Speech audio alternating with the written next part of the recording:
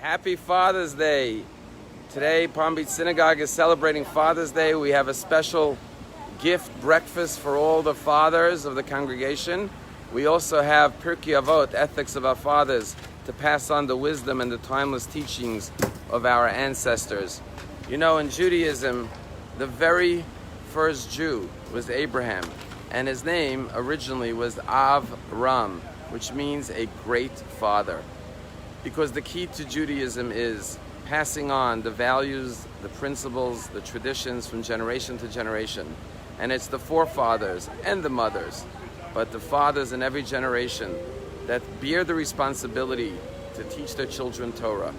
Matter of fact, the very first word communicated in the Bible, in the Torah, to the very first child, is Abraham saying to his son Isaac, Hineni, here I am. And the word Hineni doesn't just mean here I am, it means I'm fully present for you, my son. Not, let me get back to you, I'll call you later, I'll see you, I'll do my best, I'll try. No, Hineni, I'm fully committed and present to you. That is the secret to Jewish continuity, to the timeless, endless chain of Jewish continuity. Avram was chosen because he would be a great father. He would pass on, as the Torah says, Lamana sheyitzava et banav et beito acharav v'shamru derech Hashem. He was chosen because God saw he would be a great father. He would pass on the traditions to his children and his descendants for all future generations. As a matter of fact, the word for parents in Hebrew is horim. Horim means teachers, from the word Torah or Horah or Morah, a teacher. The primary role and responsibility of parents is to be good teachers to their children, and as a grandfather to your grandchildren. That is the role of a parent, and especially of a father.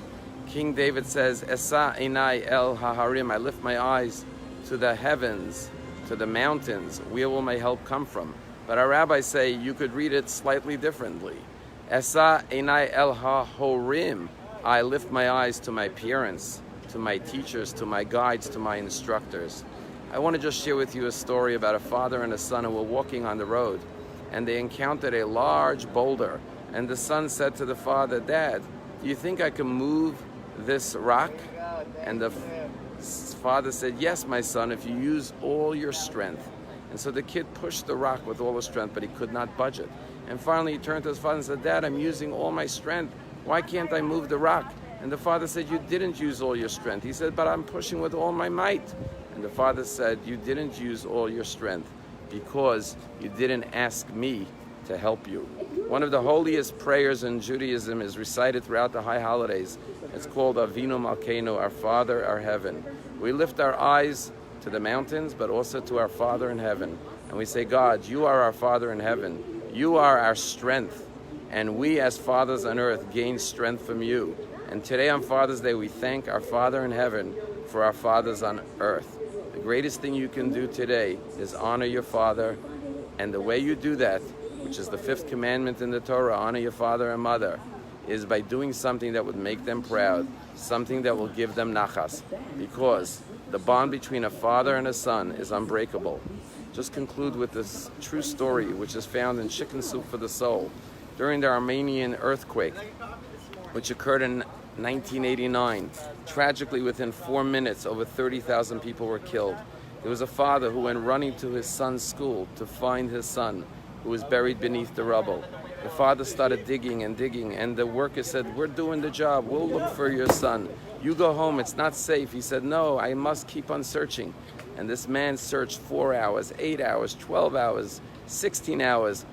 Finally, after 37 hours of searching, he finally heard his son's cry from beneath the rubble. And he finally was able to rescue his son, who was trapped beneath the rubble, but miraculously, the rocks that had fallen on top of him formed a wedge that protected him.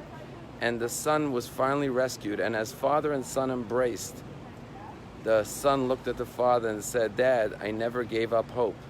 And the father said, how did you keep on surviving for 37 hours and not give up, without food, without water? And the son looked at the father with tears in his eyes and said, Dad, you once told me that no matter what, you will always be there for me. I just kept on thinking of that, and I said, my father promised me he'll always be there for me. That was the first word in the Torah that the first father said to the first son. Hineni, I am here for you, my son, and I will always be here for you. Let us always be there for our children, and let us know that our fathers, and most importantly our Father in heaven, will always be there for us. So today, honor your father. Do something beautiful to give the greatest gift that any parent could get, which is nachas. And if your father is no longer alive on earth, know they're watching down upon you. They're shepping nachas from you from heaven. Do something that would make them proud today and give them a reason to smile today and every day. Have a wonderful, joyous, meaningful, inspiring, and uplifting Father's Day. Congratulations, dads. Be there. Hineni for your children today and every day.